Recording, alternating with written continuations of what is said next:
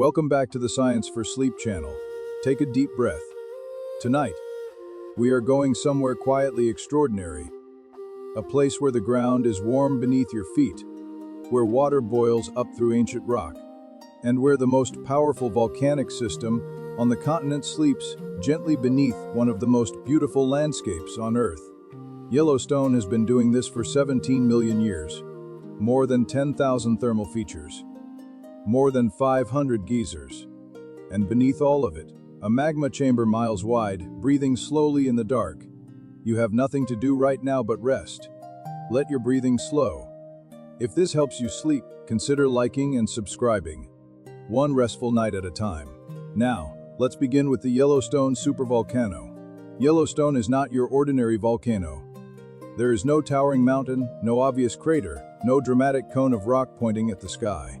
Instead, the whole thing sits quietly underground, beneath forests, rivers, lakes, and meadows where bison graze, as if nothing unusual is happening beneath their hooves.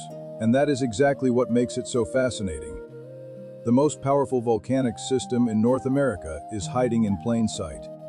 The caldera, the massive collapsed bowl left by ancient eruptions, stretches roughly 45 by 30 miles across Wyoming, and most visitors drive right through it without ever realizing they are inside it. Scientists from the USGS monitor it constantly, using GPS sensors and seismometers placed all over the park, watching the ground rise and fall like a slow, breathing chest. What fuels all of this is a hotspot, a column of unusually hot material rising from deep in the Earth's mantle, sitting right beneath the North American tectonic plate. It has been there for at least 17 million years, burning through the crust as the continent slides slowly above it, leaving a trail of ancient calderas stretching across Idaho like footprints. The Smithsonian's geologic history records describe this system as one of the rare places on Earth where the planet's interior becomes almost visible to us. There is something deeply calming about knowing that this immense geological force is not threatening. It is simply present, slow, and ancient. The last supereruption was 31,000 years ago. Before that, 1.3 million. And before that, 2.1 million. It operates on timescales that make human history feel like a single breath. The ground above the magma chamber occasionally swells by a few inches over years, then quietly sinks back down. Earthquakes here are common, small, and mostly unfelt. The Earth adjusting itself. Ash from past eruptions has been found as far as the Gulf of Mexico and the Pacific coast. Yet today the park is alive, green, and beautiful. Rivers run cold and clear. Wolves hunt elk at dawn. And deep below it all, that ancient heat continues doing what it has always done. Warming the water, feeding the geysers, keeping Yellowstone unlike anywhere else on the planet. When a supervolcano erupts, it does not just push material outward. It empties so much magma from below that the ground above collapses inward, forming a giant depression called a caldera.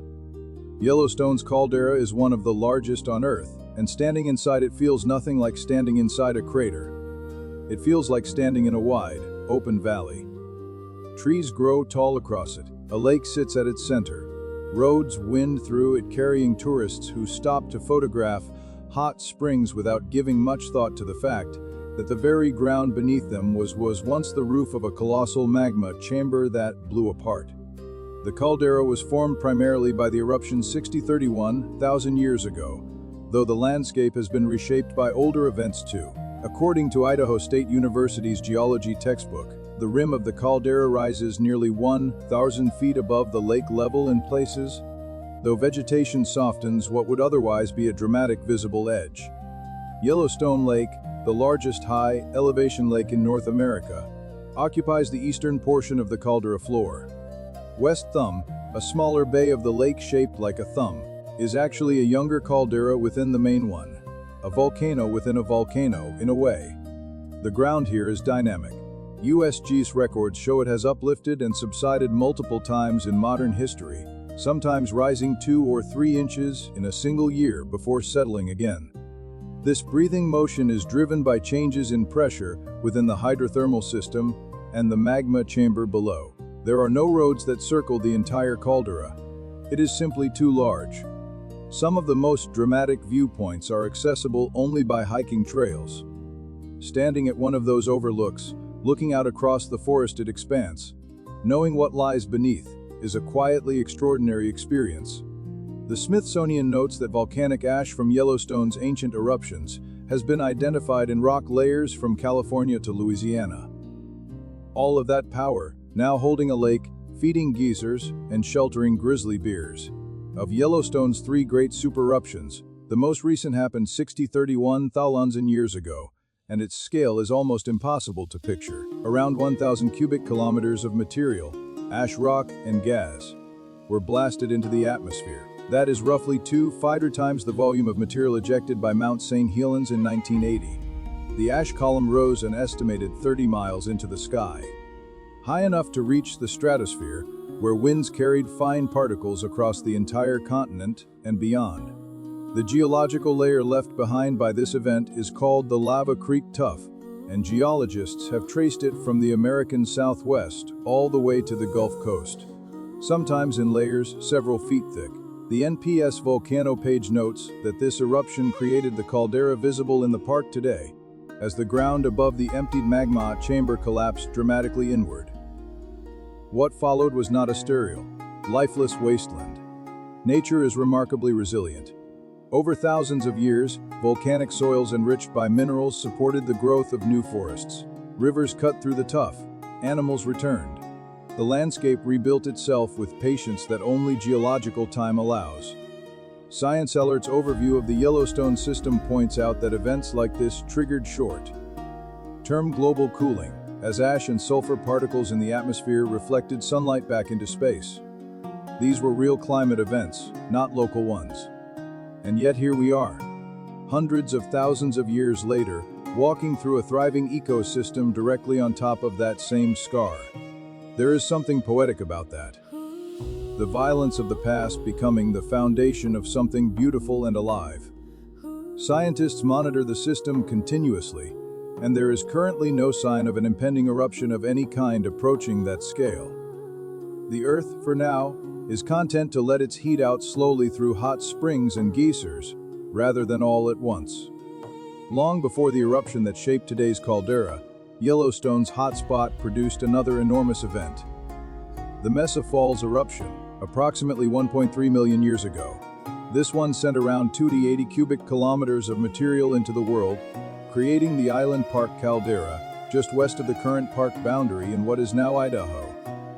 It is the second of three confirmed supereruptions, and while smaller than the first, it was still catastrophically powerful by any human measure. The Island Park caldera, now heavily forested and easily missed by most visitors, sits quietly beneath the trees of eastern Idaho as one of the best preserved ancient calderas in the region. ISU's Dynamic Earth textbook describes how the Mesa Falls tuff, the rock layer this eruption left behind, can still be found in road cuts and canyon walls around the area. Ash from this event has been identified in Nebraska in layers up to 10 feet deep. The hotspot that drives all of this has not moved. The North American plate has moved over it, which is why the oldest volcanic features are in Nevada and Oregon, and the youngest are in Wyoming.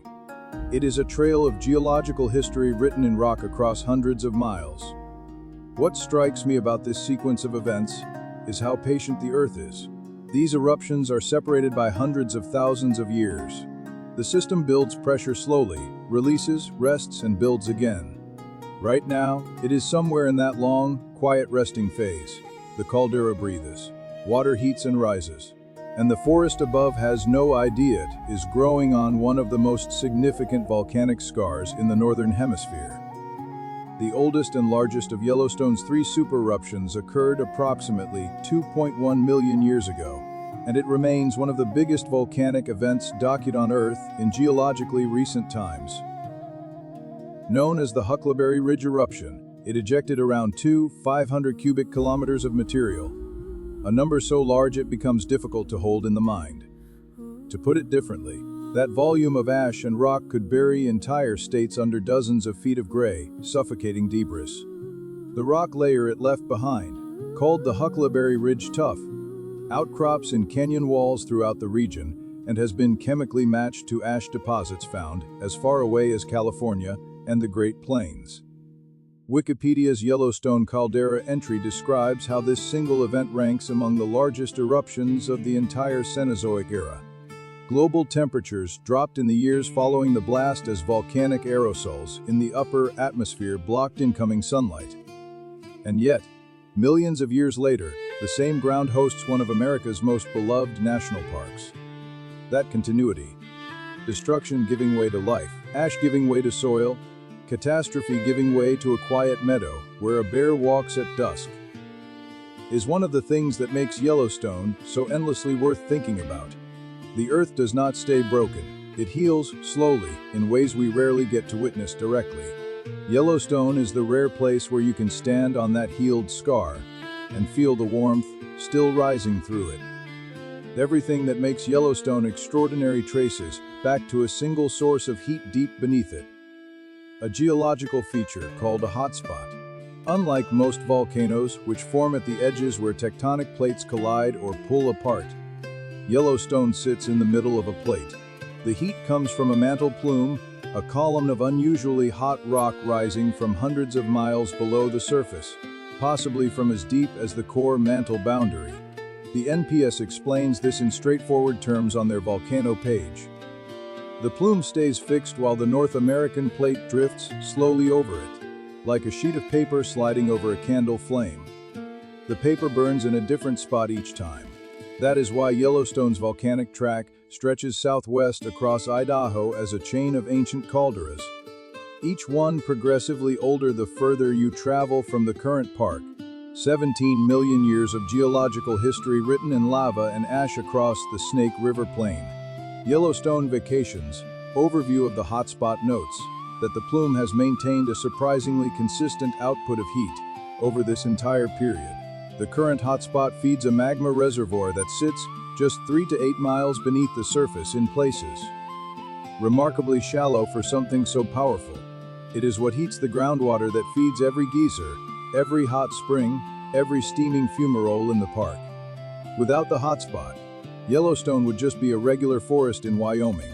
With it, it becomes this slow, magnificent engine of geological energy that has been running for longer than our species has existed.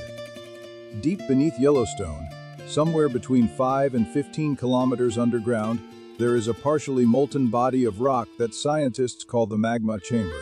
It is not a simple underground lake of liquid fire the way movies sometimes suggest. It is more like a sponge. Solid rock with pockets and veins of molten material threaded through it. A 2013 study published and widely covered in science media revised upward the estimated size of this reservoir, suggesting it was 2.5 times larger than previous models had indicated. Roughly 80 kilometers long, 30 kilometers wide, and several kilometers thick. The key word, though, is partially. US data suggests only about 6 to 8% of the chamber is actually molten at any given time, which is one of the primary reasons scientists are confident Yellowstone is not on the verge of a major eruption. For an eruption to occur, that melt fraction would need to increase dramatically. A second, deeper magma reservoir was discovered beneath the first, extending down to about 45 kilometers and containing an even larger volume of hot rock. The two reservoir system feeds into each other slowly, over immense spans of time. What I find remarkable is that this entire system is mapped, measured, and monitored in near real time by teams of scientists. The University of Utah seismograph stations tracks thousands of small earthquakes here every year, most too small to feel, that reveal the shape and behavior of the rock below. It is one of the most studied volcanic systems on the planet, and the data is publicly available. The Earth here is not mysterious so much as it is deeply, quietly complex. Old Faithful is perhaps the most recognized natural feature in the United States. A geyser that erupts with such reliability that it draws crowds every single day, in all seasons in rain and snow and brilliant summer light. Every 60 to 110 minutes, give or take, it sends a column of boiling water and steam shooting between 100 and 185 feet into the air for 1.5 to 5 minutes. Then settles back and begins the slow process of recharging. The NPS has been logging its eruptions for over a century. And the data shows something beautiful. The length of each eruption predicts the interval before the next one. A short eruption means the next comes sooner. A long one means a longer wait. Park rangers post eruption predictions on a board near the viewing area, accurate to within about 10 minutes. It was named Old Faithful in 1870 by the Washburn-Langford-Doan expedition, the first organized survey of the region. What makes it erupt is not magic but plumbing. A specific underground geometry of cracks and chambers that allows water to accumulate, superheat without boiling, and then release explosively when pressure overcomes resistance. Recent studies from the University of Utah used seismic imaging to map the underground structure feeding it, finding a complex recharge system extending deep into the hydrothermal plumbing of the entire Upper Geyser Basin. Old Faithful is not alone. It sits surrounded by hundreds of other geysers and hot springs, part of the densest concentration of geothermal features on Earth. But something about its rhythm, its predictability, its quiet patience between eruptions, makes it feel almost like a living thing. Geysers are one of the rarest geological features on Earth, and Yellowstone has more of them than anywhere else in the world combined. The reason they exist at all comes down to a very specific set of underground conditions that almost never occur together in one place. First, you need intense heat close to the surface, which Yellowstone has in abundance. Then you need a reliable supply of water, usually from rainfall and snowmelt seeping down through cracks in the rock. And finally, you need a particular underground plumbing system, a network of silica, lined channels and chambers that can hold pressurized water and withstand the chemical corrosion of acidic, mineral-rich fluid. Yellowstone Park explains the process clearly. Water descends. Heats far beyond the normal boiling point because pressure at depth prevents it from turning to steam. And then, when a critical threshold is crossed, a chain reaction begins. Steam forms, pressure drops, more water flashes to steam, and the whole column is violently expelled upward. It is a natural pressure cooker with a release valve. Not every hot spring becomes a geyser.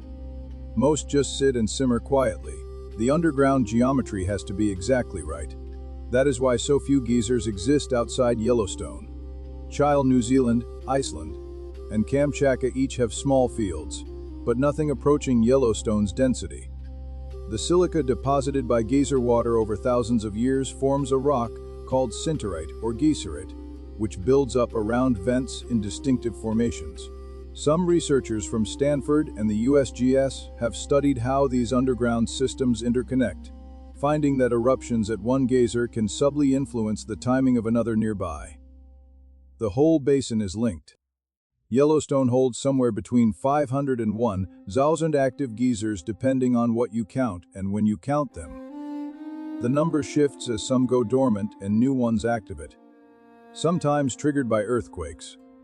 That figure represents more than half of all the geysers on Earth.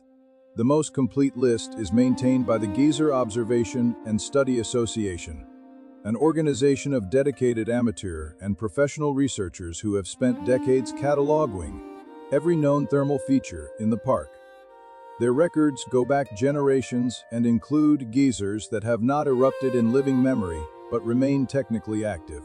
Kittle's list of Yellowstone geothermal features notes that the park contains not just geysers but fumaroles, mud pots, and hot springs, each type forming under slightly different chemical and thermal conditions. Fumaroles, vents that release only steam and gas, form where water supply is limited. Mud pots form where acidic gases break down surrounding rock into clay, and the water mixes with that fine material to create thick, bubbling pools. Hot springs are simply places where the water reaches the surface without the pressurized plumbing that makes geysers possible. Each type tells a slightly different story about what the ground beneath it is doing. Walking through a geyser basin at dawn, with steam rising in every direction and the smell of sulfur faint on cold air, surrounded by absolute silence except for the occasional rumble of something beneath the earth. It is one of the more genuinely strange and beautiful experiences available to anyone. There is nothing else quite like it anywhere on the surface of this planet. Hot springs are the most abundant thermal feature in Yellowstone, and they come in every color imaginable. Deep cobalt blue, vivid turquoise, pale green, burnt orange, rust red, and chalky white. The colors are not painted by minerals alone, though minerals play a role. Most of the color comes from communities of heat-loving microorganisms called thermophiles, bacteria and archaea that have evolved to thrive in water temperatures that would kill virtually any other living thing. Different species prefer different temperatures, so they arrange themselves in concentric rings around the vent. The hottest water nearest the center tends to run clear or deep blue, while the cooler edges host progressively different microbial communities that shift the color outward through greens and oranges and browns. The NPS notes that these microorganisms are among the most scientifically significant life forms ever studied, because their discovery in the 1960s fundamentally changed our understanding of where life can exist. Enzymes extracted from Yellowstone's thermophiles, particularly a bacterium called Thermus aquaticus found in Mushroom Pool, led directly to the development of the polymerase chain reaction, PCR technology, which is the foundation of modern genetic testing, forensic science, and COVID-19 diagnostic tests. The entire hot spring ecosystem is extraordinarily fragile. The silica crust around the edges is often only an inch or two thick. People have broken through and been severely burned. The boardwalks that wind through the thermal basins exist not just to protect visitors, but to protect the springs themselves, which are permanently damaged when foreign materials are introduced. Rangers have pulled coins, trash, and countless other objects from the vents over the decades, each one disrupting the delicate chemistry of water that took thousands of years to develop. There is a quiet intensity to standing at the edge of one of these pools, watching the perfectly still surface shimmer, knowing that just beneath it is water near the boiling point and life that has existed in this exact form for millions of years. The Grand Prismatic Spring is the largest hot spring in the United States and the third largest in the world, and photographs of it taken from above have become some of the most reproduced images of the American West. It measures approximately 70 feet across, wider than an American football field, and sits in the Midway Geyser Basin, a relatively short walk from the main road. From ground level, it is beautiful, but the full picture is incomplete. The extraordinary rainbow of colors that makes it so famous only becomes visible from elevation, either from a nearby overlooked trail or from the air. The center of the spring runs a deep, almost otherworldly blue, because the water there is too hot and too clear to absorb blue wavelengths of light. The same optical principle that makes the deep ocean blue. Moving outward from the center, the temperature drops in gradient rings, and each ring hosts a different community of thermophilic bacteria producing pigments of yellow, orange, and red. The orange and red hues come primarily from carotenoid pigments produced by bacteria in the genus Synechococcus and related species, the same class of pigments that color carrots and autumn leaves. In winter, the steam rising from the surface can completely obscure the view from the ground, giving the basin an almost primordial atmosphere. Yellowstone Vacations notes that the spring discharges roughly 560 gallons of water per minute at a temperature of around 160 degrees Fahrenheit. The silica-lined channels and runoff streams flowing away from it carry that color outward into the surrounding landscape, staining the ground in slow, mineral-rich rivers. Researchers from Montana State University have published extensive microbial maps of the spring, cataloging hundreds of distinct bacterial strains arranged with the precision of a natural laboratory. It is one of the most studied biological environments on Earth, and also one of the most visually stunning. Mammoth Hot Springs sits in the northern part of Yellowstone and looks, at first glance, like something between a coral reef and a frozen waterfall. Pale white and cream-colored terraces cascade down a hillside, built up over centuries by mineral-rich water that flows constantly from vents above. Unlike most of Yellowstone's thermal features, which are powered by silica depositing as geyserite, Mammoth is built almost entirely from travertine, calcium carbonate, the same mineral that forms limestone and marble. The water here passes through limestone rock on its way to the surface, dissolving calcium carbonate and carrying it upward, where it precipitates out as the water cools and loses carbon dioxide.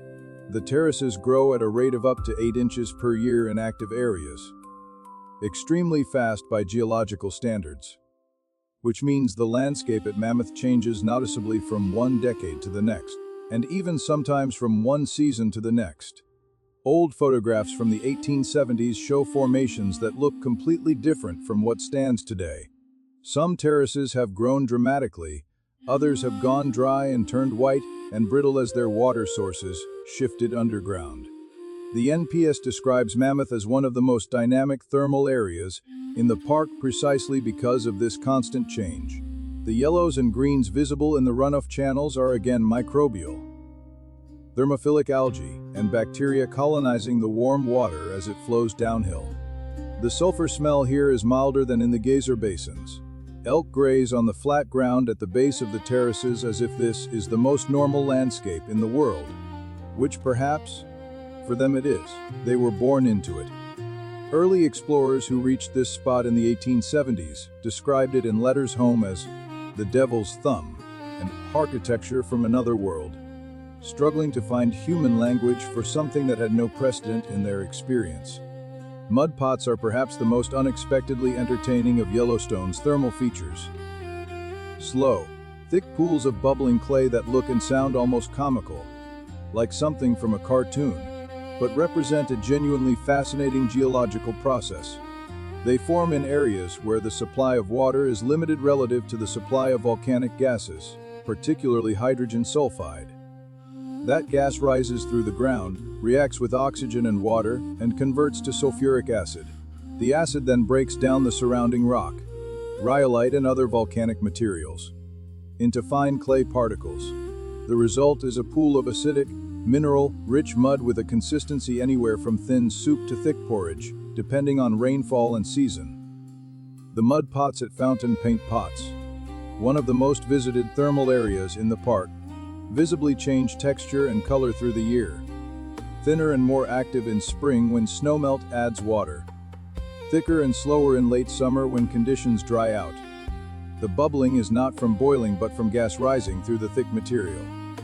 The sound is low, wet, and rhythmic, a kind of geological percussion. The colors range from pale gray and white to vivid yellows and greens, tinted by sulfur compounds and microbial pigments. USGS monitoring data shows that the acidity in some mud pot areas reaches pH levels below 2, roughly equivalent to stomach acid or lemon juice. Not much can live at that acidity, but certain extremophile bacteria manage even there. Geologists find mud pots useful because the chemistry of the gases they release provides information about what is happening in the hydrothermal system below. Changes in gas composition can signal shifts in underground any change on the surface. Are in the temperature, ground pressure, or before it becomes visible. Fumaroles are the simplest of Yellowstone's thermal features and, in some ways, the most primal feeling. They are vents in the ground that emit only steam and volcanic gases. No liquid water, no bubbling mud. Just a constant hiss of vapor escaping from deep underground. They form where the water supply is minimal, so all of it converts to steam before it can reach the surface in liquid form. The gases they release include water vapor, carbon dioxide, hydrogen sulfide, and in some areas, small amounts of methane and other compounds. The hissing sound they make ranges from a quiet whisper to a loud, sustained roar depending on the pressure behind them. Roaring Mountain, on the northwest side of the park, is a hillside covered in fumaroles that was once so loud and active that early travelers reported hearing it from miles away. It has quieted considerably since the early 1900s, but remains visibly steaming and audibly active. The NPS explains that fumaroles are often the last stage of a hydrothermal feature's life cycle. As a thermal area loses water over time, springs become mud pots become fumaroles, and eventually even the fumaroles quiet down. But at Yellowstone, the heat supply is so consistent that many fumaroles have been active in the same spot for centuries. Temperature measurements inside active fumaroles have recorded readings above 280 degrees Fahrenheit. hotter than boiling water at sea level, possible because the steam is under pressure. At these temperatures, the rock around the vent slowly oxidizes and stains in vivid reds, yellows, and oranges from iron and sulfur compounds. The result is landscapes that look otherworldly. Pale, steaming hillsides streaked with color, utterly silent except for that constant, ancient exhale of the earth. Yellowstone sits at around 7,000 to 8,000 feet elevation on a high volcanic plateau, and across its 2.2 million acres it contains more than 10,000 thermal features of all types: geysers, hot springs, fumaroles, mud pots, and travertine terraces. That figure, cited by Britannica Kids and confirmed by NPS Visitor Resources, makes it the most geothermally active landscape on the surface of the planet. No other place on Earth concentrates so many different kinds of volcanic heat expression in such a relatively compact area. The thermal features are not evenly distributed. They cluster in specific basins where the underground plumbing is most active. The upper, midway, and lower geyser basins along the Firehole River contain the densest concentrations. The Norris Geyser Basin, in the northwest portion of the park, is considered the hottest and most dynamic of all, with ground temperatures just inches below the surface, sometimes exceeding 400 degrees Fahrenheit. Norris also sits at the intersection of several fault lines, which gives its thermal features an unpredictable, ever-changing character. New vents open after earthquakes, old ones shift or close. In 2003, a large area of Norris suddenly became so thermally active that the NPS had to close trails and boardwalks for months, while the ground temperature spiked and new fumaroles opened. The event was not an eruption. It was a hydrothermal disturbance, a reorganization of underground fluid pathways. These kinds of events happen periodically and are monitored intensively. Each one adds to the scientific understanding of how the system works. 10,000 features, each one a small window into the same deep source of heat. Each one different, each one connected.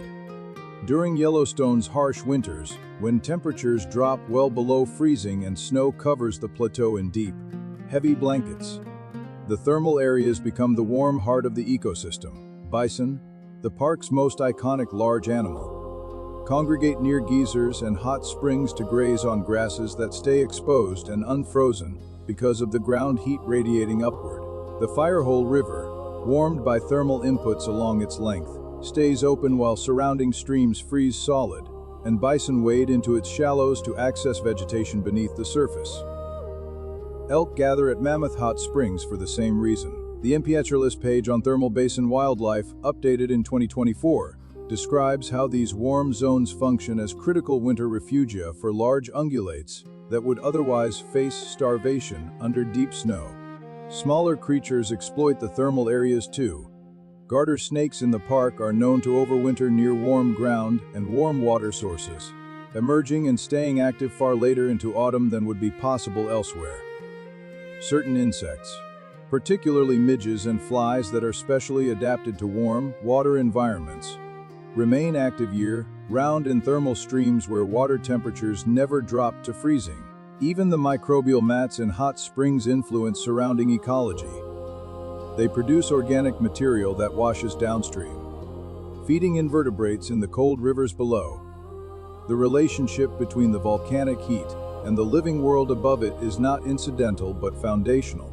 The animals of Yellowstone have evolved their behaviors around the thermal landscape over thousands of generations.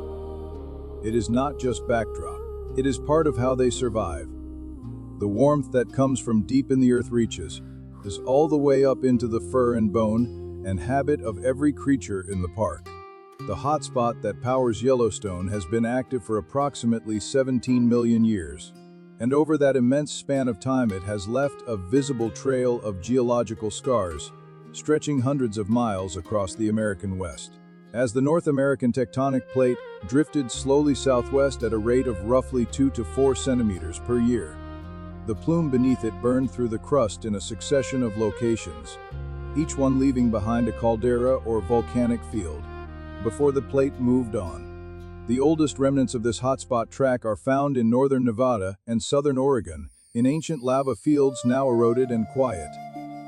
Moving northeast, the trail passes through the Snake River Plain in Idaho, a wide, flat valley that looks geographically anomalous amid surrounding mountain ranges, and is in fact the collapsed, filled, and remnant of the hotspot's earlier positions. The Idaho State University Dynamic Earth textbook maps this track in detail, showing how the age of volcanic rocks decreases steadily from southwest to northeast, arriving at its current position beneath Yellowstone with the most recent activity. The plain itself is unusually fertile because of the rich volcanic soils and supports much of Idaho's agricultural output. Potatoes grown on ancient caldera remnants. Researchers from the University of Oregon and the USGS have used the hotspot track to reconstruct the velocity and direction of North American plate motion with remarkable precision. The plume acts like a fixed reference point against which plate motion can be calculated. In a sense, Yellowstone is not just a geological wonder in itself. It is also a measuring instrument, a tool for reading the history of an entire tectonic plate over millions of years. The Earth uses it to record its own movement. Yellowstone is one of the most seismically active regions in the United States, experiencing between 1,000 and 3,000 earthquakes every year. The vast majority are tiny, magnitude 1 or 2, imperceptible without instruments. But they are constant, a background hum of geological activity that has been recorded continuously since seismic monitoring began in the park. The earthquakes are caused by a combination of factors: movement along fault lines, pressure changes in the hydrothermal system, and the slow movement of magma and hydrothermal fluids through rock. The Hebgen Lake earthquake of 1959, just outside the park's northwest boundary, was a massive magnitude 7.5 event that killed 28 people, triggered a massive landslide, and caused Yellowstone's geysers to go temporarily haywire. Some erupting for the first time in recorded history, others going dormant. More recent earthquake swarms, including a significant one in 2017 near the Maple Creek area that included over 400 events in 3 months, attracted wide media attention and caused public concern before scientists confirmed they were within the normal range of Yellowstone's behavior. The University of Utah Seismograph Stations, which manages the Yellowstone seismic network, publishes real-time earthquake data from dozens of stations across the park. The data is publicly accessible.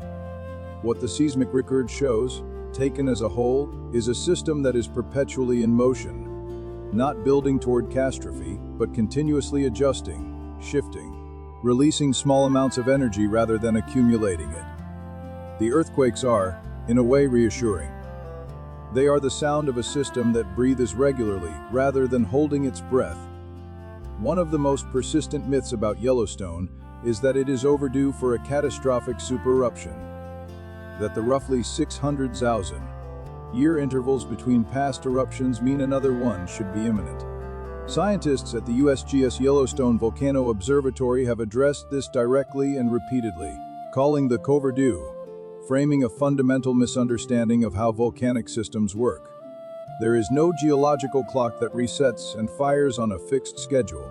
The 3 major eruptions were separated by different intervals, approximately 800,000 years, then 60,000 years, and there is no mechanism that makes a 4th eruption inevitable or timely. Current monitoring shows the magma chamber is only 6 to 8% molten, far below the 35 to 50% threshold scientists associate with eruption potential. Ground deformation, gas emissions, and seismic patterns all remain within historical norms. Fox Weather's debunking piece from 2025 confirmed that reports of animals fleeing the park ahead of an eruption, a story that circulates online every few years, are consistently false, usually based on misidentified footage from other locations or normal seasonal animal movements. The USGS estimates the probability of a Yellowstone supereruption in any given year at roughly 1 in 730,000. A smaller hydrothermal explosion, essentially a steam blast, not a magmatic eruption, is more plausible but still rare. The most likely volcanic activity at Yellowstone in the foreseeable future, if any occurs, would be a lava flow, which moves slowly enough that it would not pose an immediate threat to life. The science here is clear, careful, and well documented. Yellowstone is fascinating not because it is dangerous but because it is alive. A slow, ancient, endlessly complex system that we are only beginning to fully understand. Obsidian is volcanic glass, and Yellowstone has some of the finest deposits of it in North America. It forms when lava cools so rapidly that its molecules do not have time to arrange themselves into crystals. The result is a smooth, jet black, razor-sharp natural glass that has been used by human beings for tens of thousands of years. Obsidian Cliff, a prominent formation in the northern part of the park, rises about 200 feet from the surrounding landscape and is composed almost entirely of this dark volcanic glass. Archaeological evidence shows that Native American peoples quarried obsidian here and traded it across an enormous geographic range. Obsidian from Yellowstone has been identified at archaeological sites in Ohio, Louisiana, and along the Gulf Coast, thousands of miles from where it was formed. The Hopewell culture, which flourished in the eastern United States roughly 2,000 years ago, apparently valued Yellowstone obsidian enough to transport it across the continent through extensive trade networks. Researchers from the University of Wyoming and the National Park Service have studied these trade routes using chemical fingerprinting techniques.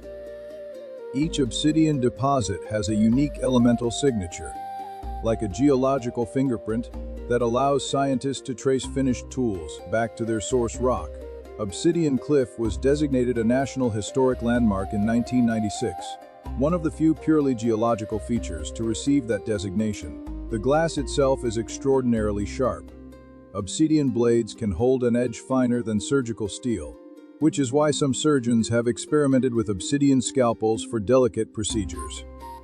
Walking past Obsidian Cliff today, you are passing a place where humans have been coming for tools, for trade, for survival, for at least 11,000 years. The volcano made the glass. People made history with it. The Yellowstone River is one of the last major rivers in the contiguous United States to flow largely unimpeded by dams, and it cuts through the park in one of the most dramatic canyons in the American West.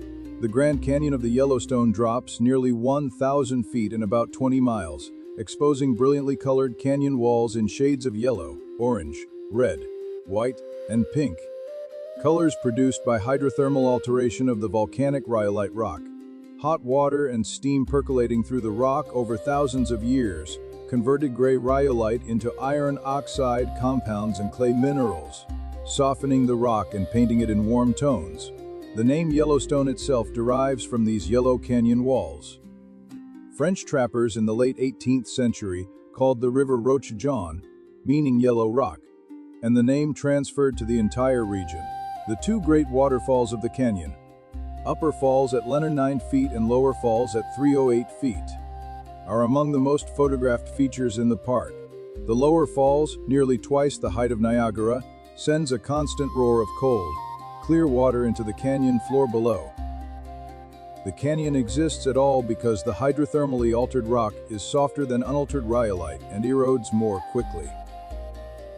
The river has carved downward through weakened material that elsewhere would have resisted. The canyon is still deepening, still changing, still being shaped by the same forces that have been at work since the last glaciers retreated roughly 15,000 years ago. Early expedition artists like Thomas Moran painted it in the 1870s, and their canvases, now hanging in the Smithsonian, were instrumental in convincing Congress to establish Yellowstone as the world's first national park. Beneath the main magma chamber that fuels Yellowstone's surface features, scientists discovered a second, deeper reservoir that was not confirmed until 2015, when a team from the University of Utah published seismic imaging results in the journal Science. This lower reservoir extends from roughly 20 to 45 kilometers below the surface and contains an estimated 11,200 cubic kilometers of partially molten rock, about 4.5 the volume of the shallower upper chamber. Together, the two reservoirs form a connected plumbing system that links the deep mantle plume to the surface hydrothermal features.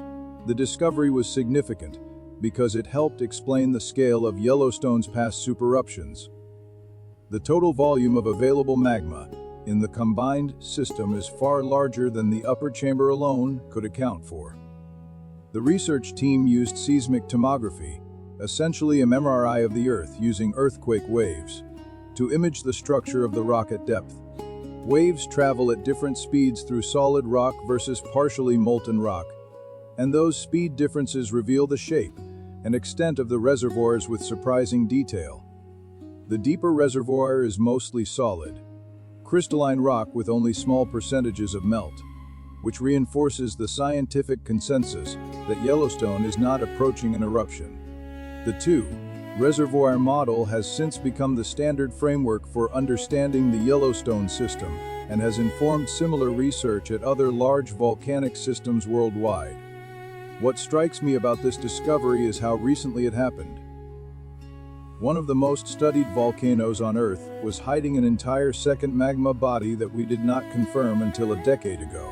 The Earth keeps its secrets patiently and releases them slowly, on its own schedule. Yellowstone National Park was established on March 1, 1872, when President Ulysses S. Grant signed the Yellowstone National Park Protection Act into law, making it the first national park, not just in the United States, but in the entire world. The idea of setting aside land specifically for public preservation and enjoyment rather than private development or resource extraction was genuinely new at the time.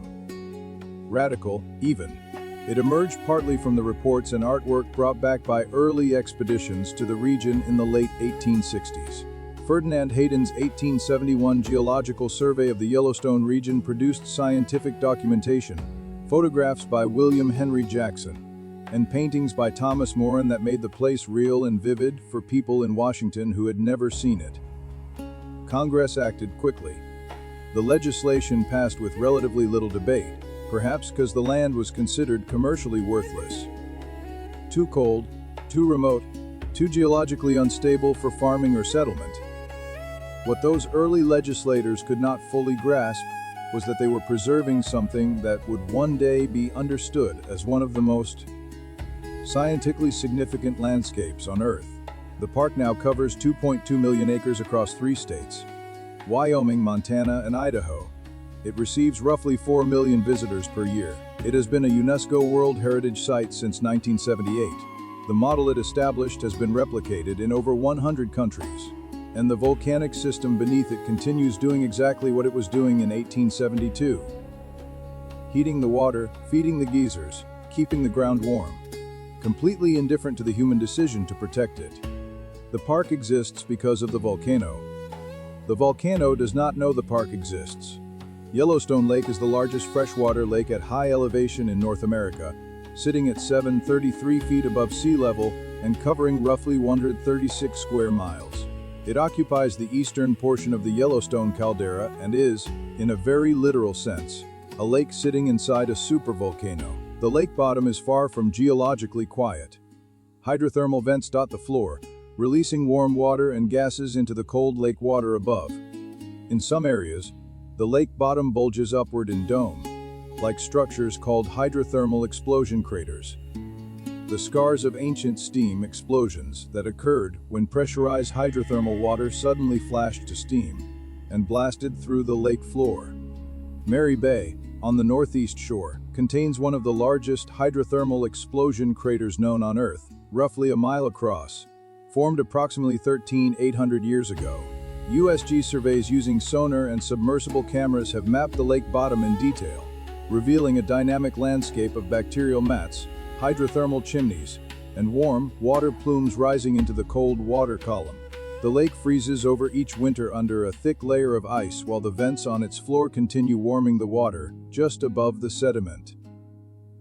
Cutthroat trout, native to the park, have adapted to survive in a lake where the bottom is geothermally heated and the surface freezes solid. The water chemistry of the lake is subtly influenced by the hydrothermal inputs, slightly elevated in silica, sulfur, and certain minerals. Researchers from the USGS and the University of Minnesota have used sediment cores from the lake bottom to reconstruct thousands of years of volcanic and hydrothermal history. The sediments preserve a continuous record of every disturbance, every hydrothermal event, every ashfall. The lake remembers everything. One of the most important scientific discoveries ever made at Yellowstone had nothing to do with geology.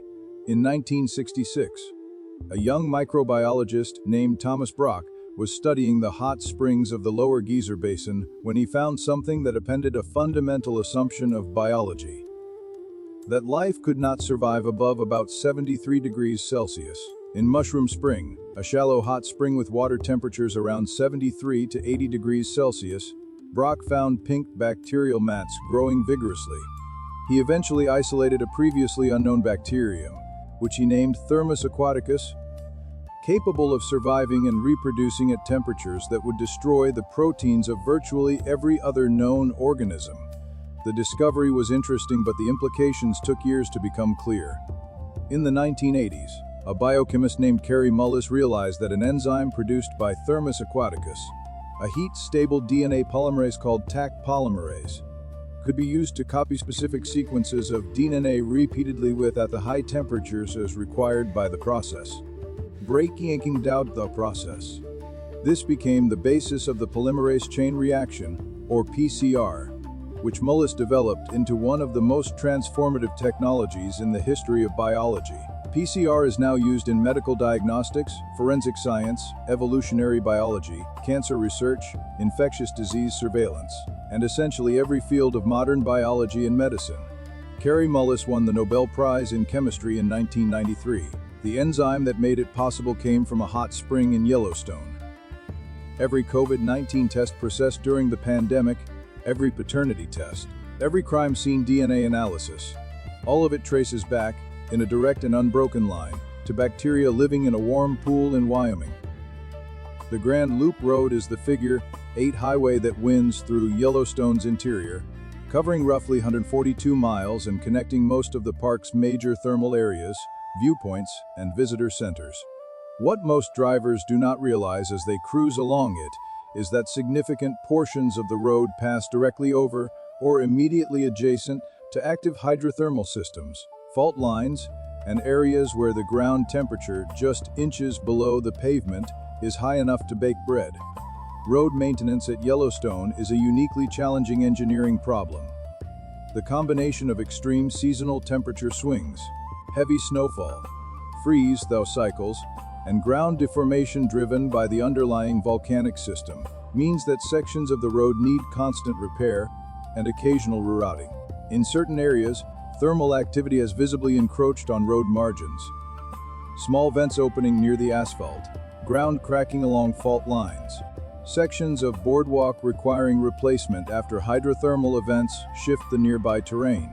The NPS infrastructure team works year-round to monitor and maintain these conditions. The road itself was built mostly in the early 20th century, with significant sections reconstructed over the decades as engineering standards improved and the volcanic landscape continued shifting beneath it. Beyond its engineering challenges, the Grand Loop is also one of the most extraordinary drives in the world. A route that takes you through geyser basins, along canyon rims, past thermal lakes, through wildlife-rich meadows, and over mountain passes, all within a single continuous journey through a living volcanic landscape. People drive it in silence sometimes, windows down, watching steam rise from a dozen different directions at once, the whole earth breathing around them. Yellowstone sits within the greater Yellowstone ecosystem, which at roughly 22 million acres is one of the largest intact, temperate ecosystems remaining on Earth.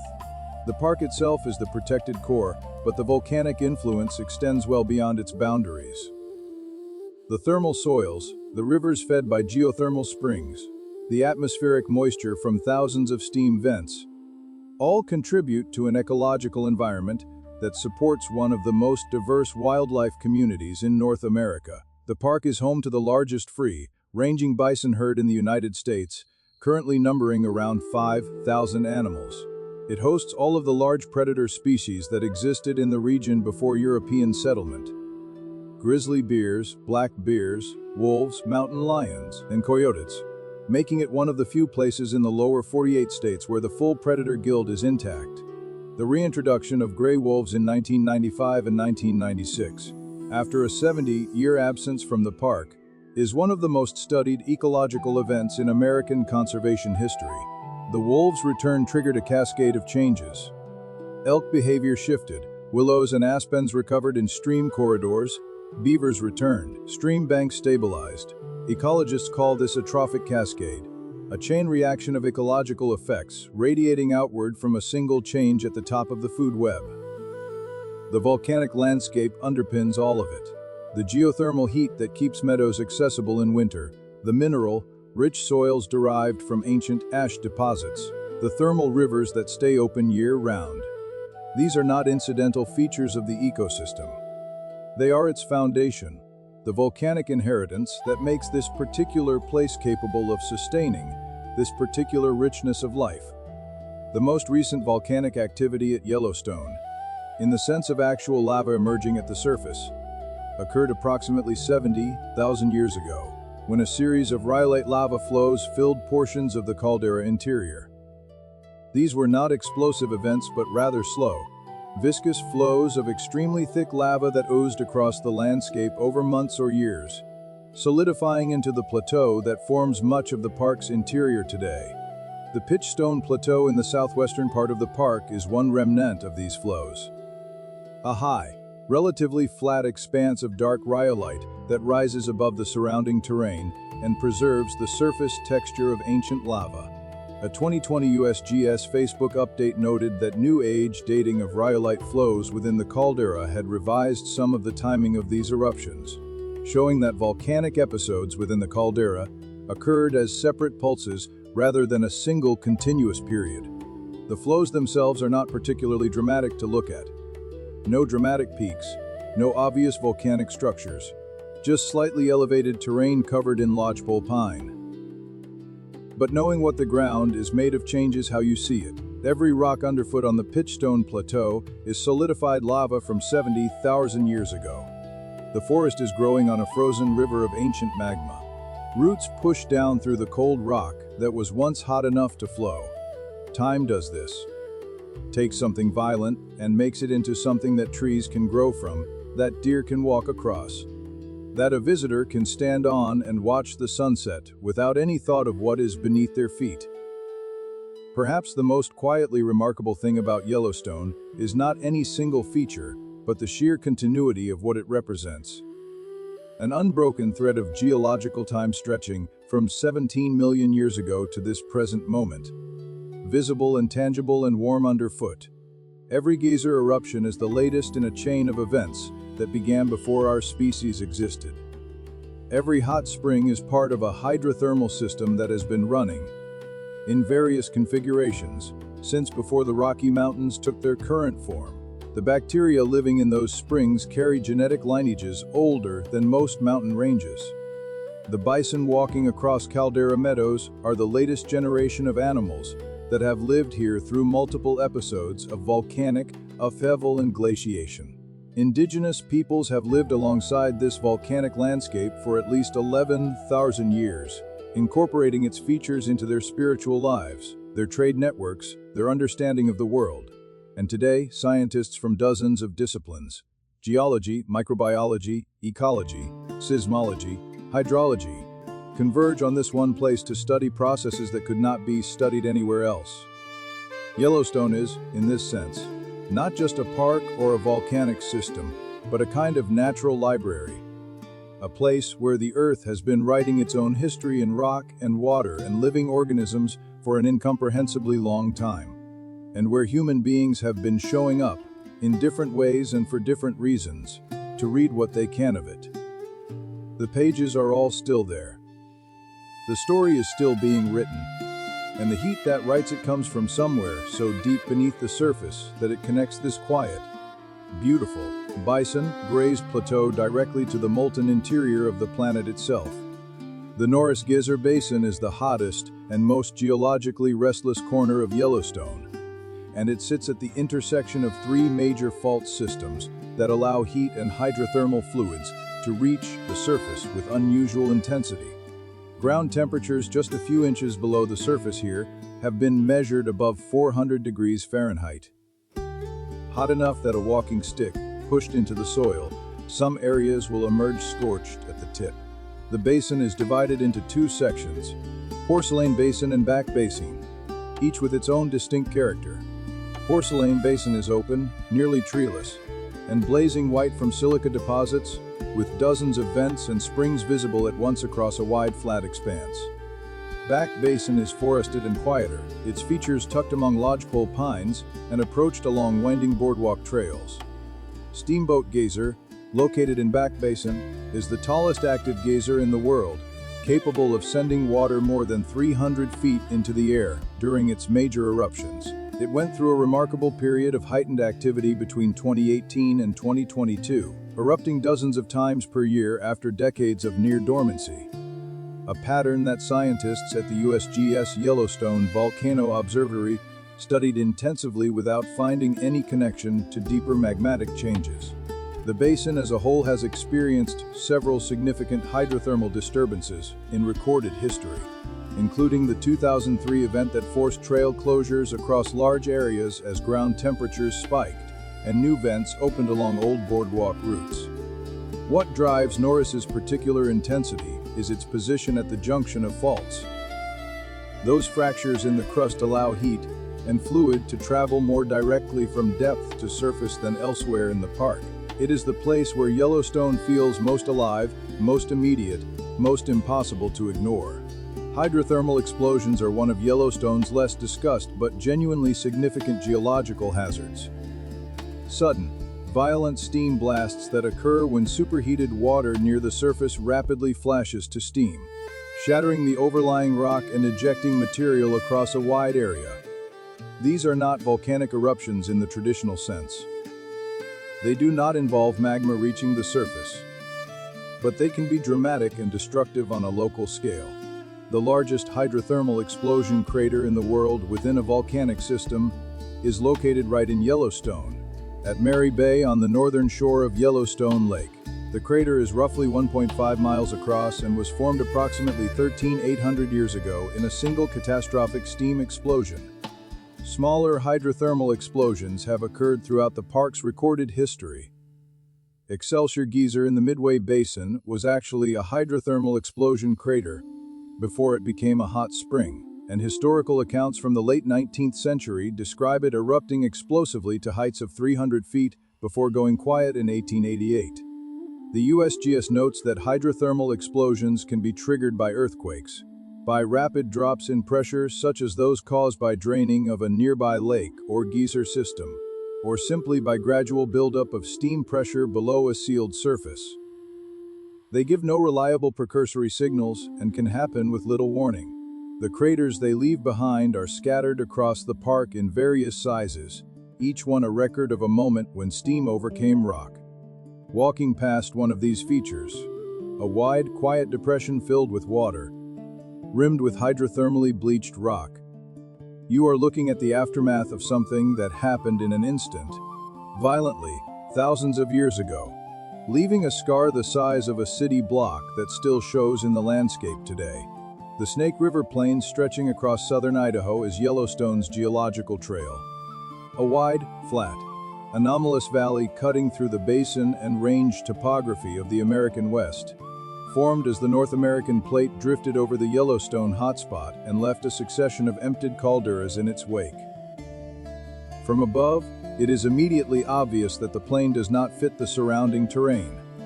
It is too flat, too wide, too straight, cutting across mountain ranges that should continue across it but do not. The floor of the plain is underlain by thick sequences of basalt lava flows erupted from the hotspot's older positions, topped by wind-blown sediment and the alluvial deposits of rivers draining from the mountains on either side. The volcanic soils of the Snake River Plain are extraordinarily fertile, and the plain today is one of the most agriculturally productive regions in the American West. Famous for its potatoes, its trout farms fed by cold spring water flowing from the basalt aquifer beneath, and its dairy industry. The aquifer itself, called the Eastern Snake Plain Aquifer, is one of the largest and most productive groundwater systems in the United States, stored in the porous basalt flows left by ancient hotspot volcanism. Researchers from the University of Oregon and USGS have used the chemical and isotopic signatures of Snake River Plain lavas to reconstruct the detailed history of hotspot activity over millions of years. Each lava field along the track records a different period of the plume's activity, a different position of the plate above it. The plain is, in essence, a 500-mile-long geological archive of Yellowstone's history, written in basalt and ash and preserved in the landscape of a state that grows potatoes on top of it. Lodgepole pine is so thoroughly dominant in Yellowstone's forests, covering roughly 80% of the park's forested area, that it defines the visual character of the landscape for most visitors. Drive through the park and you drive through millions of tall, straight, relatively uniform pines stretching in every direction. This dominance is not coincidental. Lodgepole pine is extraordinarily well adapted to volcanic and post-fire landscapes. It produces serotinous cones that remain closed and sealed with resin for years or decades, opening only when exposed to the heat of a wildfire and releasing their seeds into the freshly cleared, ash-enriched soil below. The volcanic soils of the Yellowstone Plateau, derived from rhyolite ash and lava, are nutrient-poor and drain quickly, conditions that most tree species find inhospitable but that lodgepole pine tolerates well. The great 1988 Yellowstone fires, which burned roughly 36% of the park in a single summer, were followed by one of the most dramatic and well-studied forest recovery events in American ecological history. Within 2 years, seedling densities in burned areas sometimes exceeded 1 million seedlings per acre. A carpet of new growth so dense it had to thin itself over subsequent decades through natural competition. Those forests are still maturing today. Walking through a section of the 1988 burn now, you move through trees that are in their late 30s, growing on soil that was blackened living memory ago, in a landscape that has been cycling through fire and regrowth for as long as the volcano beneath it has been producing the nutrient-poor, well-drained soils that lodgepole pine prefers. The fire and the geology are not separate stories. They are the same story. Geothermal energy, the heat stored in the Earth's crust and used to generate electricity or heat buildings, is one of the cleanest and most reliable forms of renewable energy available, and Yellowstone sits above one of the most concentrated sources of geothermal energy on the continent. And yet, no geothermal energy is extracted from Yellowstone, and none ever will be as long as the park retains its protected status. The Geothermal Steam Act of 1970 explicitly prohibits geothermal development within national park boundaries. This is not a complicated policy question for most scientists and conservationists. The hydrothermal system is the park. Drilling into it for energy extraction would alter the pressure and flow dynamics of an interconnected system that feeds every geyser, every hot spring, every mud pot in the park. Old Faithful could go silent. Grand Prismatic could change chemistry. The biological communities living in those springs, communities that have already proven to be among the most scientifically valuable life forms ever studied, could be permanently disrupted. The energy potential is real. The USGS has estimated that the thermal energy discharged by Yellowstone's hydrothermal system is equivalent to the output of several large power plants, released continuously and passively into the atmosphere through thousands of vents. But that energy is already doing something far more valuable than generating electricity. It is maintaining one of the most extraordinary ecosystems and geological laboratories on Earth. The decision to leave it alone is one of the better ones human beings have made in relation to this landscape. Some things are worth more intact than used. The indigenous peoples of the greater Yellowstone region have the longest continuous relationship with this volcanic landscape of any human community. Archaeological evidence places human presence in the region at least 11,000 years ago, and oral traditions of several tribes extend their connection to the land back even further in cultural memory. The Shoshone, particularly the Eastern Shoshone and the Shoshone, Bannock tribes, as well as the Crow, Blackfeet, Nez Perce, and several other nations, all have historical and cultural ties to the Yellowstone region. The Shoshone called the region Tukudika, the sheep-eater Shoshone, who lived year-round in the Yellowstone high country, were the only people known to have inhabited the park interior continuously through the harsh winters. They hunted bighorn sheep, gathered plants, quarried obsidian at Obsidian Cliff, and used the thermal features for warmth and, according to some oral traditions, for cooking and medicinal purposes. The PBS educational resource on Yellowstone Native American traditions documents how geothermal features appear in the spiritual narratives of several tribes. Places of power, entrances to other worlds, evidence of forces larger than human understanding. When Euro-American explorers first described the region in the early 19th century, they were not discovering an uninhabited wilderness. They were entering a landscape that had been home, hunting ground, trade route, and sacred site for thousands of years before they arrived. The establishment of Yellowstone National Park in 1872 dispossessed these communities of lands they had inhabited for millennia, a history that the NPS has increasingly worked to acknowledge and address in its interprograms and tribal creative programs and tribal consultation processes. The volcano beneath the park does not recognize these human histories, but the landscape holds them. Yellowstone's hydrothermal system discharges an almost incomprehensible amount of energy continuously. Estimates from USGS measurements put the total heat flow from the park's thermal features at roughly 6,000 megawatts, approximately 40 times that flow expected from normal crustal rock of this age and type. This excess heat is the direct expression of the mantle plume below, transmitted upward through rock, water, and steam, and released at thousands of surface features across the park.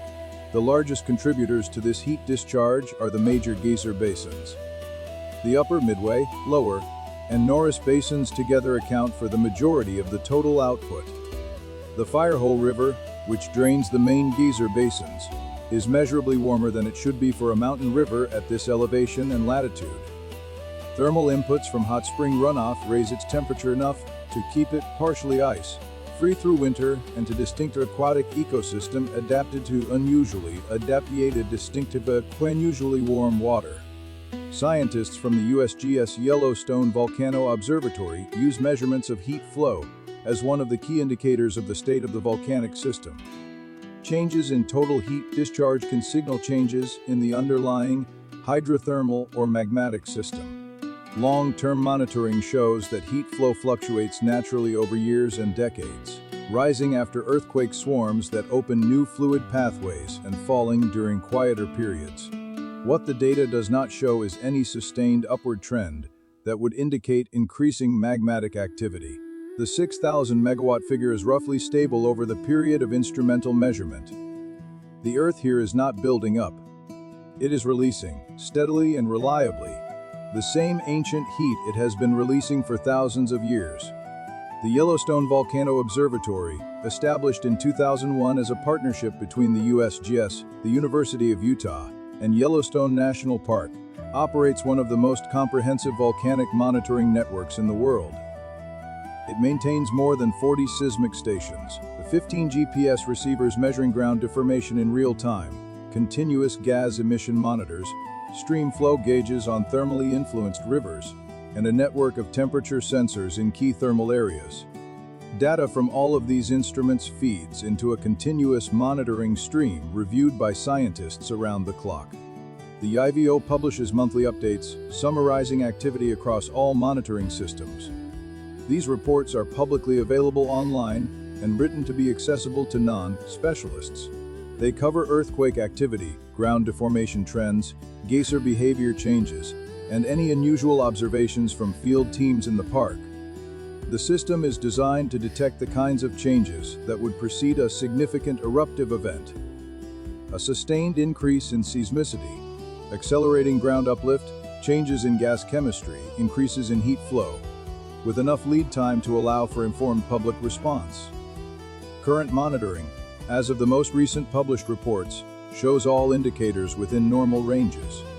The YVO also manages the communication infrastructure that connects Yellowstone's scientific data to emergency management agencies at local, state, and federal levels. If something were to change in the volcanic system in a meaningful way, the monitoring network would likely detect it months or years before any surface manifestation. That is the promise of modern volcanology. Not that we can prevent eruptions, but that we can see them coming. At Yellowstone, the watching has been careful, consistent, and deeply reassuring. The relationship between Yellowstone's earthquakes and its geyser activity is intimate and well documented. When a significant earthquake strikes in or near the park, the hydrothermal system responds, sometimes dramatically. The 1959 Hebgen Lake earthquake, a magnitude 7.5 event centered just outside the park's northwest boundary, caused immediate and widespread changes across the geyser basins. Some geysers that had been dormant for years suddenly began erupting. Others that had been regular went quiet. New hot springs appeared. Existing springs changed temperature and chemistry overnight. The ground shaking altered the geometry of underground plumbing systems, opening some passages, closing others, changing the flow paths of superheated water in ways that took years to fully stabilize. More recently, distant earthquakes have also been shown to influence Yellowstone's hydrothermal system. A 2002 magnitude 7.9 earthquake in Alaska, nearly 2,000 miles away, caused measurable changes in geyser eruption intervals at Yellowstone. Seismic waves from the distant quake passed through the park and apparently disturbed sediment plugs or fluid distributions in geyser conduits, temporarily altering their behavior. The phenomenon of distant earthquake triggering of geyser activity has now been documented multiple times and studied by researchers at the USGS and Stanford. It reveals something fundamental about geysers. They are not isolated features, but nodes in a sensitive, interconnected network of pressurized fluid that responds to mechanical disturbances from across the planet. The Earth is not divided into separate systems. Everything connects. A fault rupture in Alaska sends a message through the rock, and a geyser in Wyoming changes its rhythm in response, as if the whole planet were one continuous, breathing thing. Sulfur Caldron, located along the road between Fishing Bridge and Canyon, is one of the most acidic natural water bodies in the world. Its pH has been measured as low as 1.2, more acidic than battery acid and roughly equivalent to gastric acid in the human stomach. It is a vivid, violently bubbling pool of yellowish water sitting in a small depression, perpetually churning with volcanic gases rising from below. The acidic conditions result from the oxidation of hydrogen sulfide gas into sulfuric acid, the same process that creates mud pots, but here with enough water that the result is a liquid pool rather than thick mud. Nothing visible grows in sulfur caldron itself, but researchers have found extremely acidophilic microorganisms thriving in the acidic water. Archaea and bacteria adapted to conditions that would dissolve the proteins of almost any other living thing. These organisms are part of the ongoing scientific interest in Yellowstone as an analog for early Earth conditions, before the planet developed an oxygen-rich atmosphere. Conditions in many surface environments would have been highly acidic and rich in volcanic gases, similar in some respects to what you find in sulfur caldron today. Studying life here offers a possible window into what the earliest life on Earth faced and how it managed to persist. The pool is also visually striking in a way that is hard to describe. The color, the motion, the smell of sulfur, the bubbling surface that looks almost angry. The absence of any larger life form in or around it. It is one of those places in Yellowstone where the boundary between the living world and the purely geological one becomes very thin, very present, and very strange. The Firehole River is one of the most unusual rivers in North America. A cold mountain river that runs warm because of the dozens of hot springs and geyser runoff channels that flow into it along its course through the upper, midway, and lower geyser basins. Its name comes from the early trapper era, when mountain men called thermally active valleys holes, and the steaming ground along the river suggested fire beneath. The river drops through a small but dramatic canyon, the Firehole Canyon, where ancient rhyolite lava formed sheer dark walls. And a swimming hole near the canyon entrance is one of the few places in the park where visitors are permitted to enter the water. The temperature there is just warm enough to be comfortable on a cool summer morning, fed by the thermal inputs upstream. The aquatic ecosystem of the Firehole is unlike any other river system in the region. The elevated water temperature year-round supports a community of insects, algae, and fish different from what you find in the purely cold mountain rivers nearby. Brown and rainbow trout introduced in the 19th century have adapted to the warmer conditions, though native cutthroat trout are less comfortable in the firehole's temperatures. Thermal algae coat the river bottom in colors of green and orange. The same heat-loving microbial communities found in the hot springs draining into it. In winter, the river steams as cold air meets warm water, creating a fog that drifts low across the geyser basins. Bison stand in the shallows. Trumpeter swans rest on the surface. The steam rises slowly around them and dissolves into the cold sky above, carrying the heat of the Earth's interior outward, as it always has, as it always will. The wolves of Yellowstone are perhaps the most written about, most studied, and most debated animals in American conservation history, and their story is inseparable from the volcanic landscape that sustains them. Extirpated from the park by government predator control programs by 1926, they were absent for 70 years before 31 wolves from Canada were reintroduced in 1995 and 1996. What followed became a landmark study in ecology. With wolves back, elk behavior changed. The herds stopped lingering in open valley bottoms and riverbanks where they were vulnerable, and the vegetation in those areas began to recover. Willows and aspens, heavily browsed to near absence, grew tall again along stream corridors. Beavers returned to build dams in those restored streams. The dams created wetlands. The wetlands supported songbirds, otters, and amphibians. The stream banks stabilized, erosion decreased, rivers narrowed and deepened. Ecologists called it a trophic cascade, a chain of ecological effects flowing downward from a single change at the apex of the food web. The geothermal landscape underpins all of it. Thermal areas kept meadows accessible through winter, giving elk refuge, which concentrated them and made them predictable for wolves. The volcanic heat that warms the ground and keeps the grass unfrozen in January is part of the same system that shapes predator and prey behavior, that determines where rivers erode and where they stabilize, that reaches from deep in the mantle all the way up into the daily life of every animal in the park. The thermal features of Yellowstone change over time, not on geological timescales only, but on human ones. Geysers go dormant and reawaken. Hot springs shift temperature and chemistry from one decade to the next. New vents open along fault lines after earthquakes. Old ones seal themselves with mineral deposits.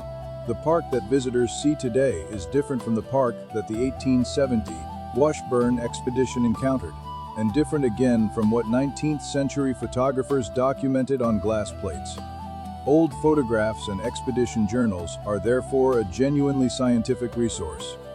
They preserve records of thermal features before systematic monitoring began, showing what existed, where, and in what state. The USGS Yellowstone Volcano Observatory collaborates with park historians and archivists to cross-reference historical accounts with modern observations, building a longer time series of hydrothermal behavior than instrumental records alone could provide. Excelsior Geyser, which erupted violently in the 1880s and then went nearly quiet for a century before briefly reactivating in 1985, is one example of this long-term variability. Morning Glory Pool, one of the most famous hot springs in the park, has changed color dramatically since the early 20th century. Its deep blue center has been progressively replaced by green and orange rings as visitors throwing coins and debris into it partially block the vent, reducing water temperature and allowing different microbial communities to take hold. The coins were removed. The pool has slowly recovered some of its blue. The thermophiles adjusted. The Earth adjusted. It always does, on whatever timescale is required. Yellowstone receives on average 150 inches of snowfall per year on the high plateau, making it one of the snowiest inhabited landscapes in the lower 48 states. The snow season runs from October through May, sometimes later at elevation, and in the deepest winter months the park becomes a landscape of extraordinary silence and cold. Temperatures dropping to minus 40 degrees Fahrenheit on the plateau, while the thermal areas continue steaming and bubbling as they always do, indifferent to the season. The contrast between the frozen landscape and the boiling ground is one of the defining visual experiences of Yellowstone in winter.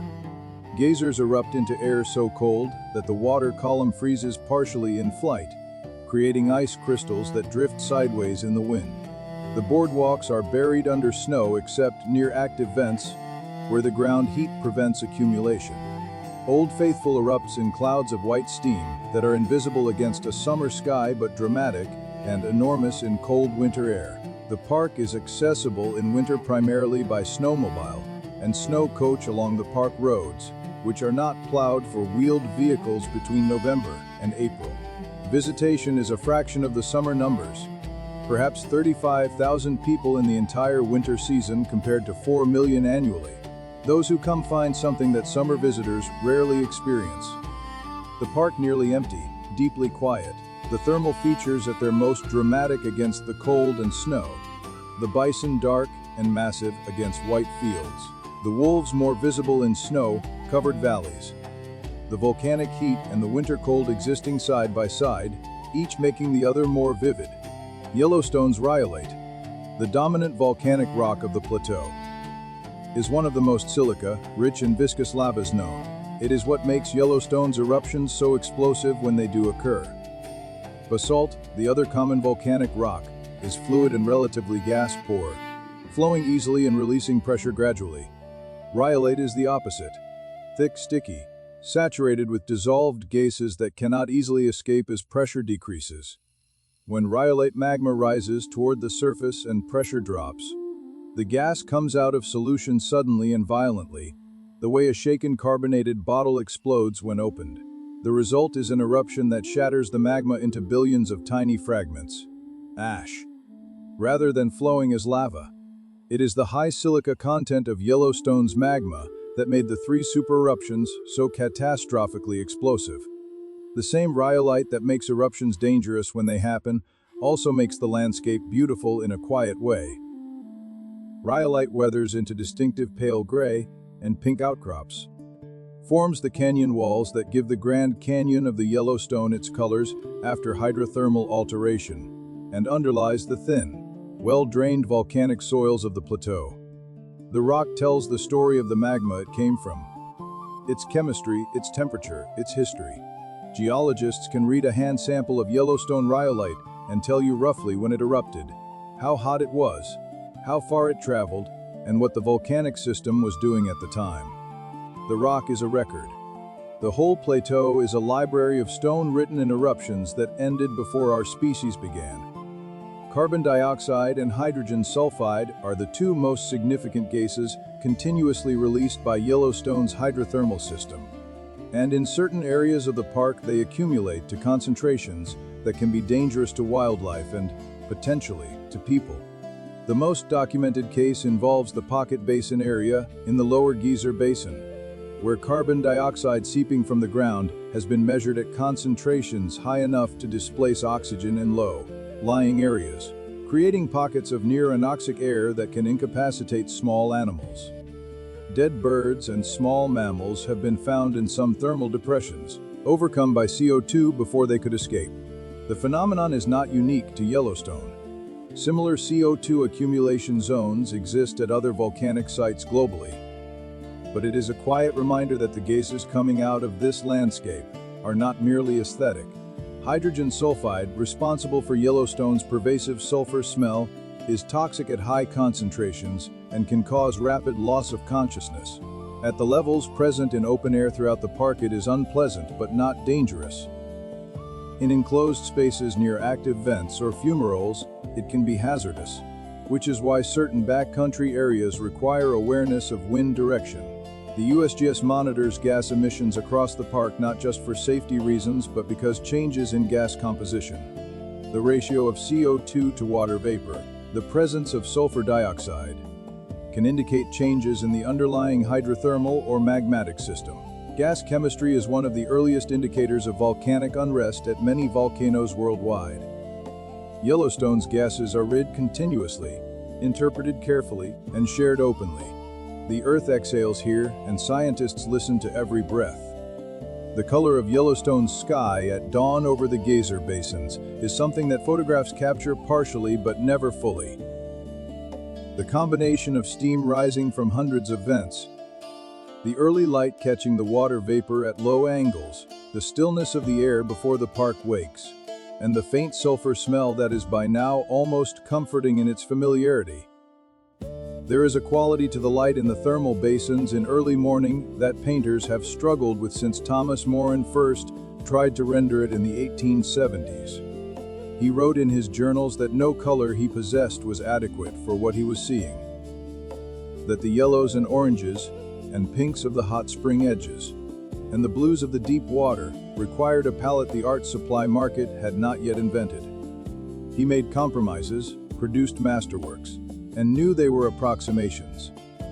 Visitors who arrive at Old Faithful before the crowds, in the first hour of light, watching the steam drift sideways in a light breeze, the bison grazing in the meadow beyond, the forest dark at the edges. They are seeing something that has looked essentially the same for thousands of years. The geyser erupted this way before humans watched it. It will erupt this way after the last visitor has gone home. The volcanic system below does not perform for an audience. It simply continues, as it has always continued, driven by heat from a depth so great it connects this quiet morning scene directly to the molten core of a planet that has been turning in space for 4.5 billion years. Throughout its history, Yellowstone has been at the center of some of the most important legal and political battles in American conservation. The 1872 act that created the park was the first of its kind in human history, but it came with almost no enforcement mechanism. Poaching, vandalism, and commercial exploitation continued largely unchecked for over a decade until the U.S. Army was stationed in the park in 1886 and began enforcing protection seriously. The Army ran Yellowstone for 32 years, until the National Park Service was created in 1916. Legal battles over the park's boundaries, over hunting and grazing rights in adjacent lands, over wolf reintroduction, and over snowmobile access have played out across more than a century of American political life. The bison of Yellowstone were nearly exterminated. By 1902, the park herd had been reduced to approximately 23 animals, the last free-ranging bison population in the United States. A combination of protection, selective breeding, and careful management rebuilt the herd to its current size of roughly 5,000 over the following century. The park has been a testing ground for ideas about what wilderness means, what protection requires, and what human beings owe to landscapes they did not create. These are not settled questions. They are still argued in courtrooms and congressional hearings and public comment periods every year. The volcano underneath it all does not have an opinion, but it is the reason any of this matters. It is the reason the landscape is extraordinary enough that people have been fighting to hunt to protect it for 150 years. The microbial life in Yellowstone's thermal features has expanded our understanding of life itself in ways that continue to unfold decades after the initial discoveries. When Thomas Brock found heat-tolerant bacteria in the 1960s, it was the beginning of an entirely new field, extremophile biology, the study of organisms that thrive in conditions previously considered incompatible with life. Since then, researchers have found organisms in Yellowstone springs that tolerate not just extreme heat, but extreme acidity, extreme alkalinity, high concentrations of arsenic, and near complete absence of oxygen. Each discovery has pushed outward the known boundary of where life can exist. The implications extend beyond Earth. Astrobiologists, scientists who study the possibility of life on other planets, look to Yellowstone as a model for what life might look like on worlds with very different conditions from ours. The hydrothermal vents on the floor of Yellowstone Lake and the acidic hot springs at the surface resemble in some ways the conditions hypothesized to exist on Saturn's moon Enceladus and Jupiter's moon Europa. Worlds with liquid water, geothermal heat, and the chemical ingredients that life on Earth is used. If life can persist in sulfur cauldrons, battery, acid waters, or in a spring where temperatures approach the boiling point, then the universe becomes a much more plausible host for life in general. Yellowstone did not just give us PCR technology, it gave us a new sense of the possible. A demonstration that life is not fragile and specific but robust and inventive, finding ways to persist in conditions that challenge everything we assumed about its limits. Yellowstone, in the end, is a place that asks something of the people who come to it. Not much. Just a moment of stillness, a willingness to let the scale of what is present sink in without rushing past it. The steam rising from a fumarole at dusk has been rising from that same spot, or close to it, for centuries. The water in Grand Prismatic has been moving through its underground plumbing, heating, rising, cooling, and cycling back down, in an unbroken loop that predates every building standing on Earth today. The bison standing in the thermal fog at dawn carries in its body a genetic lineage that survived the last ice age, survived the near extinction of the 20th century, and walks now across the same geothermally warmed meadows where its ancestors walked. All of this continues with or without witnesses. The volcano does not need to be watched to be extraordinary, but there is something that happens when a person stands quietly at the edge of one of these features. A hot spring, a geyser, a canyon, a steaming river, and simply lets it be what it is. Something about the scale of the time involved, the depth of the heat, the smallness of a single human life against 17 million years of continuous geological process becomes not frightening, but settling. You are very small and very brief, and the Earth is very large and very slow, and somehow that combination, in this particular place, is deeply restful. The heat comes from below, the light comes from above, and between them, for a little while, everything is quiet.